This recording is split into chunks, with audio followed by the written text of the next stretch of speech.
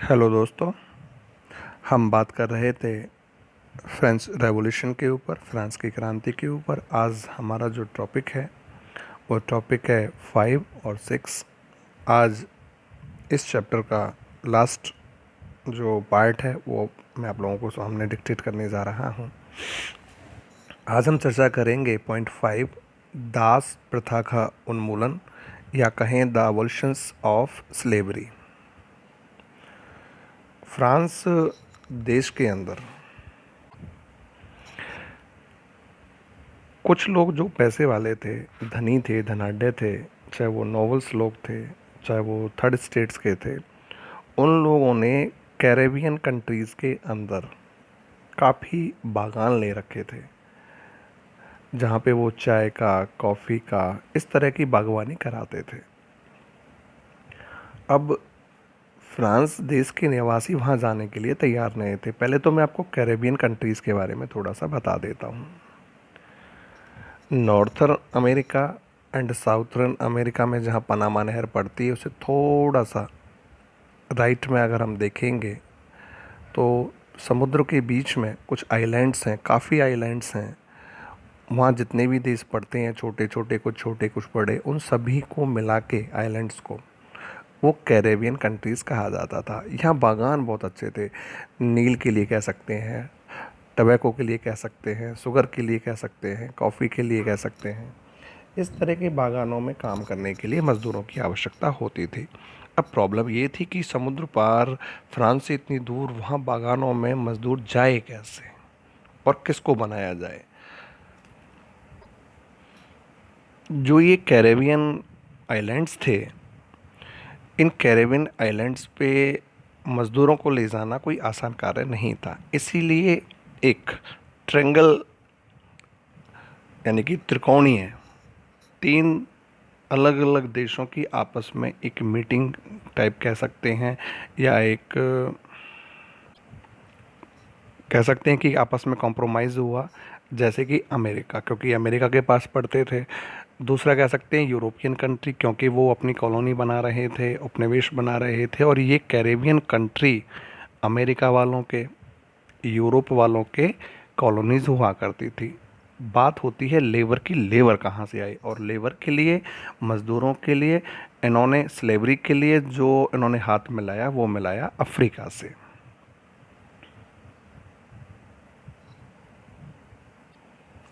Caribbean countries में उस समय जो फेमस, बहुत ही ज़्यादा फेमस जो कॉलोनीज़ हुआ करती थी, उपनिवेश हुआ करते थे, इन अमेरिका के हों चाहे यूरोपियन कंट्रीज़ के हों, वो थे मार्टिनिक, गार्डेलोप एंड सैन डोमिंगो।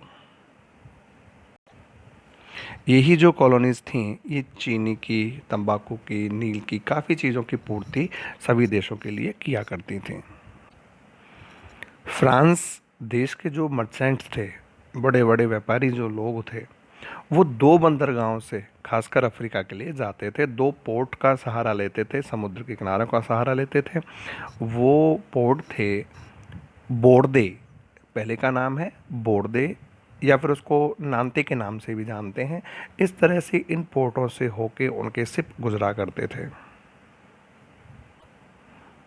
ये मर्चेंट्स लोग अफ्रीका पहुँचते वहाँ के जो लोकल लीडर थे, उन लोगों से संपर्क करते और मज़दूर या लेबर या दास लोगों को, स्लेव लोगों को खरीदते थे। इतनी बुरी कंडीशन स्लेव लोगों की हुआ करती थी कि उनको सबसे पहले तो पहचान के लिए, ताकि उनको आइडेंटिफाई किया जा सके, उनको दागा जाता था। दागा जाना यानी कि एक तरह से मोहर लगाना। वो किसी चीज़ को, सलाखों को हो सकता है गरम करके लगाई जाए। इस तरह से उनको आइडेंटिफाई करने के लिए अलग अलग तरह से दाग प्रथा का प्रचलन किया गया था। उनको अरेस्ट करके, एक तरह से हथकड़ी डाल के हाथों में, अटलांटिक ओशियन को पार करके कैरेबियन द्वीपों तक, आइलैंड्स तक, हजारों मील दूर ले जाकर उन जहाज़ों में, शिप जो होते थे उनमें ठूस दिया जाता था। और फिर पहुंचकर उनको ज़िंदगी भर यही काम करना पड़ता था। चाहे वो चीनी उत्पादन का काम करें बागान मालिकों के नीचे, चाहे वो तंबाकू उत्पादन का काम करें, चाहे वो नील उत्पादन का काम करें, चाहे वो कॉफ़ी उत्पादन का काम करें।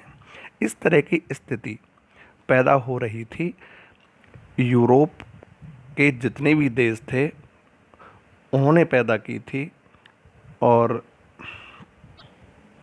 अब बात ये आती है कि आखिर ये जो दास प्रथा थी, जो स्लेवरी सिस्टम था, वो और या उसका अंत कैसे हुआ, वो ख़त्म कैसे हुई। आपको पता है, लुई 16 जैसे ही सत्ता को छोड़ता है, नेशनल असेंबली काम संभालती है। नेशनल असेंबली इन दासों के लिए, इन स्लेव्स लोगों के लिए बहुत प्रयास करती है, बहुत बहस होती है जब वे मीटिंग हेल्ड करते हैं चीज़ों को लेके, लेकिन फिर भी कोई कानून पास नहीं हो पाता, क्योंकि जो लोग या जिन लोगों की चलती है नेशनल असेंबली में, वो कुछ व्यापारी लोग थे। व्यापारी लोग थे, वो इस बिज़नेस से जुड़े हुए थे, उनको दासों की आवश्यकता होती थी, तो ऐसा कुछ पास नहीं हो पाया।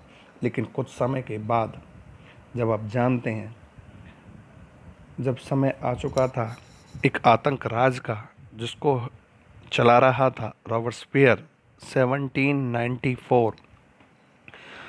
आपको पता है, नेशनल असेंबली जो थी वो कन्वेंशन में तब्दील हो चुकी थी। इस कन्वेंशन ने ये आदेश दे दिया कि जितने भी दास हैं उनको दासता से मुक्ति मिलेगी। एक लॉ बना दिया, कानून बना दिया। लेकिन विडंबना थी समय की। कह सकते हैं कि ये जो दिन थे परेशानी से निकलने के इन स्लेव लोगों के लिए, वो ज़्यादा लंबे समय तक नहीं थे। केवल ये कानून 10 सालों तक ही रह पाया, नॉट मोर देन 10 ईयर्स। ये चीज़ें नहीं चल पाई, क्योंकि इतने समय के बाद ही फ्रांस के अंदर एक ताकतवर, बहुत ही भयंकर व्यक्ति का उदय होता है। आप उसका नाम जानते हैं, नेपोलियन बोनापार्ट। इसने दोबारा से इस स्लेव सिस्टम को स्टार्ट किया, क्योंकि उसने बागान मालिक जो भी थे उनके हितों का ध्यान रखा, और ध्यान रखते हुए जितने भी नीग्रो लोग थे, ब्लैक लोग जो थे, उनको गुलाम बनाने की, उनको स्लेव बनाने की इसने छूट भी दी।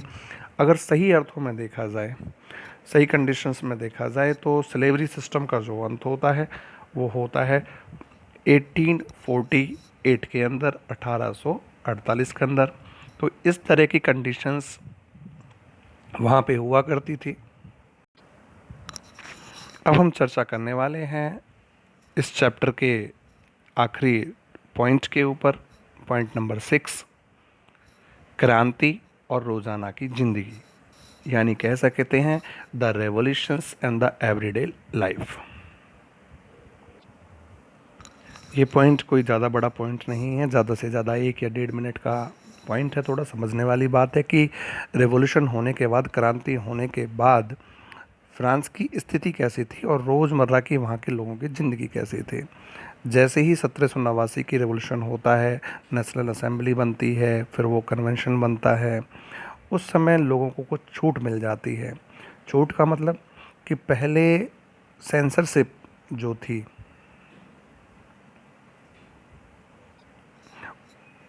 उसकी समाप्ति हो जाती है। पुराने लुई 16 के समय के अगर समय को देखें, तो जो उस समय बुक्स, न्यूज़पेपर्स या नाटक वगैरह जो भी होते थे, प्ले जो होते थे, उन सभी के लिए राजा से परमिशन लेनी पड़ती थी, या उनके अनुसार ही दिखाना पड़ता था। उनसे अपोजिट में कोई चीज़ नहीं दिखाई जा सकती थी, ना छापी जा सकती थी। प्रिंट मीडिया जो था वो बिल्कुल ही राजा के अधीन हुआ करता था।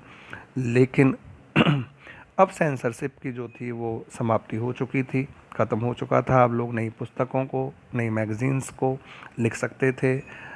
जो फिलोसफर्स थे वो अपने विचारों को दे सकते थे। अब किसी भी घटना का संबंध जो कहीं से होता था वो लोगों तक पहुंचाया जा सकता था, क्योंकि पढ़ने वाली किताबों से तो कुछ लोग ही पढ़ सकते हैं, लेकिन नाटकों के माध्यम से, प्लेस के माध्यम से समाज का एक सही रूप प्रस्तुत किया जा सकता था। अब उसकी छूट मिल चुकी थी। कहने का अर्थ ये है कि अब आम लोगों की ज़िंदगियाँ, थर्ड स्टेट के लोगों की ज़िंदगी, या कह सकते हैं स्लेव लोगों की ज़िंदगी, जो बहुत ही घटिया चली आ रही थी, बहुत ही बेकार चली आ रही थी, उसमें इम्प्रूवमेंट होना, उसमें सुधार होना स्टार्ट हो गया। और सबसे बड़ा इसका कारण था सेंसरशिप की समाप्ति। इससे ज़्यादा कुछ है नहीं इसके अंदर। अब इसका सारांश कर लेते हैं, कुल मिला के कंक्लूज़न निकाल लेते हैं चीज़ों को लेके। देखिए, अगर फ्रेंच रेवोल्यूशन की बात की जाए और नेपोलियन को छोड़ दिया जाए, तो फिर फ्रेंच रेवोल्यूशन को पढ़ने का, फ्रांस की क्रांति को पढ़ने का मुझे नहीं लगता कि कोई फ़ायदा है।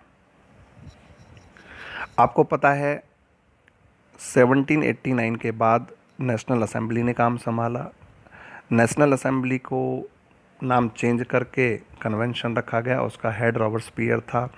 रॉबर्टस्पियर को फांसी की सज़ा दे दी गई, उसको गिलोटिन कर दिया गया, मतलब गले को काट दिया गया। उसके बाद जो शासन था वो डायरेक्टरी के हाथों में आ गया। 5 लोगों की टीम काम कर रही थी, लेकिन ज़्यादा समय नहीं कर पाई। इस सत्ता को चेंज किया एक बहुत ही पावरफुल व्यक्ति ने, जिसका नाम था नेपोलियन बोनापार्ट। बात है सन 1804 की, 1804 की। वो फ्रांस का नया शासक बन जाता है।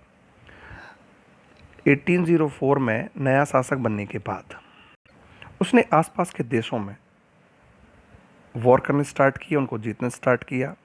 जितने भी पुराने राजघराने चले आ रहे थे, राजवंश चले आ रहे थे, अथॉरिटीज़ चली आ रही थी पुराने समय की, उनको समाप्त किया और नए नए साम्राज्यों की स्थापना के लिए इसने प्रयास किया।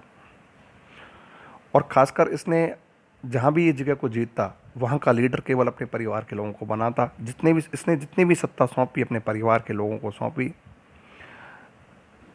ये अपने आप को मॉडर्न यूरोप का सबसे पहला सर्वे सर्वा मानता था कि अगर मॉडर्न यूरोप आप बनाना चाहते हैं तो आपको मेरा साथ देना पड़ेगा। प्राइवेट प्रॉपर्टी के लिए देख लेना, प्राइवेट प्रॉपर्टी के लिए इसने कुछ लॉ बनाए, कानून बनाए।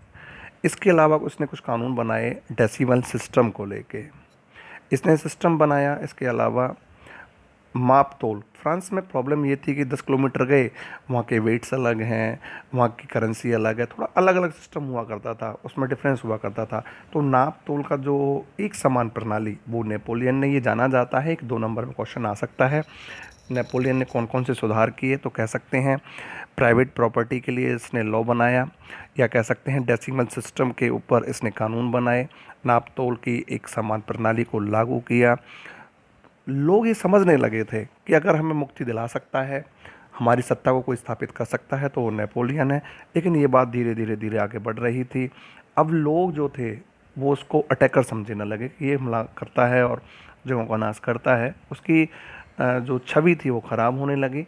लेकिन 1815 के अंदर वाटरलू के युद्ध में इसकी हार होती है और इसने जो इम्प्रूवमेंट किए तो उनका प्रभाव काफ़ी समय तक रहता है, उसकी मृत्यु के बाद भी।